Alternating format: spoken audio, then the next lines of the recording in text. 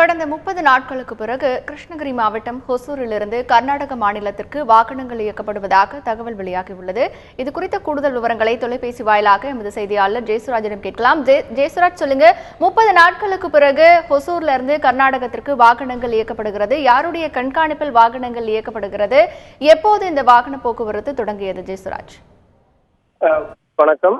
அதாவது பாத்தீங்கன்னா, கடந்த 5ஆம் தேதி நீதிமன்ற உத்தரவை தொடர்ந்து காவிரியில் தமிழகத்திற்கு தண்ணீர் கர்நாடக அரசு திறந்துவிட்டது.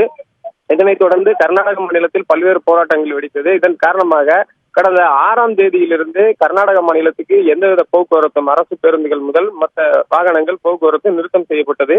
அதனைத் தொடர்ந்து 12ஆம் தேதி ஏற்பட்ட வன்முறையை தொடர்ந்து சரக்கு வாகனங்களும் அதே போல கர்நாடகத்திலிருந்து தமிழகத்திற்கு வரக்கூடிய வாகனங்களும் நிறுத்தப்பட்டன.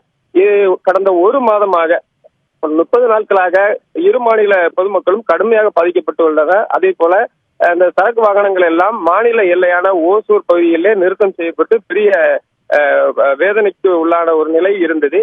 இந்த நிலையில இன்று இரு மாநில போலீசாரும் கிருஷ்ணகிரி மாவட்ட காவல் கண்காணிப்பாளர் மகேஷ்குமார் மற்றும் பெங்களூரு ரூரல் எஸ்பி அமித்குமார் சிங் ஆகியோர் பேச்சுவார்த்தையின் அடிப்படையில இன்று வாகனங்கள் எல்லாம் இயக்கப்படக்கூடிய ஒரு நடவடிக்கையை மேற்கொண்டுள்ளனர். இந்த 10 மணி அளவில் இந்த முதல் கட்டமாக சரக்கு வாகனங்கள் ஓசூரில் நிறுத்தம் செய்யப்பட்டிருந்த ஆயிரக்கணக்கான சரக்கு வாகனங்கள் இன்று 10 மணி முதல் கர்நாடக மாநிலத்திற்கு இயக்க செய்யப்பட்டது. மாநில எல்லையான ஜூஜுவாடி வழியாக கர்நாடக மாநிலம் அத்திப்பள்ளி வரை சென்று அங்கிருந்து அப்படியே பெங்களூரு நகரம் கர்நாடக மாநிலத்துக்கு செல்லக்கூடிய ஒரு ஏற்பாட்டை இன்று அவர்கள் செய்திருக்கிறார்கள். அதே போல சிறப்பு ஏற்பாடாக தமிழக போலீசாரும் கர்நாடக போலீசாரும் இந்த வாகனங்கள் செல்லக்கூடிய பகுதிகளில் ஒரு பாதுகாப்பு அளித்து இந்த வாகனங்கள் பாதுகாப்பாக செல்லக்கூடிய ஒரு நிலையை ஏற்படுத்தி கொண்டிருக்கிறார்கள். ஜெயசுராஜ், இப்போ கர்நாடகத்திற்கு இன்று ஹொசூர்ல இருந்து வாகனங்கள் இயக்கப்படுகிறது. அதை பயன்படுத்தக்கூடிய பயணிகளின் எண்ணிக்கை என்பது எப்படி இருக்கிறது? அதாவது பாத்தீங்கன்னா, முதல் கட்டமாக இப்போது சரக்கு வாகனங்கள் மட்டுமே இயக்கப்பட்டு வருகிறது. பேருந்துகள் எல்லாம் இப்போது இயக்கப்படவில்லை. அதாவது முதல் கட்டமாக இந்த சரக்கு வாகனங்கள் இயக்கப்பட்ட பிறகுதான் பேருந்துகளின் இயக்கம் நாளை அல்லது நாளை மறுநாள் இயக்குவதற்கு உண்டான நடவடிக்கைகளை நிர்வாகங்கள் எடுக்கும் என கூறப்படுகிறது. ஜெயசுராஜ், இப்போ தமிழகத்திலிருந்து வாகனங்கள் இயக்கக்கூடிய நிலையில கர்நாடகாவிலிருந்து தமிழகத்திற்கு இயக்கக்கூடிய வாகனங்கள் சேவை எப்படி இருக்கிறது?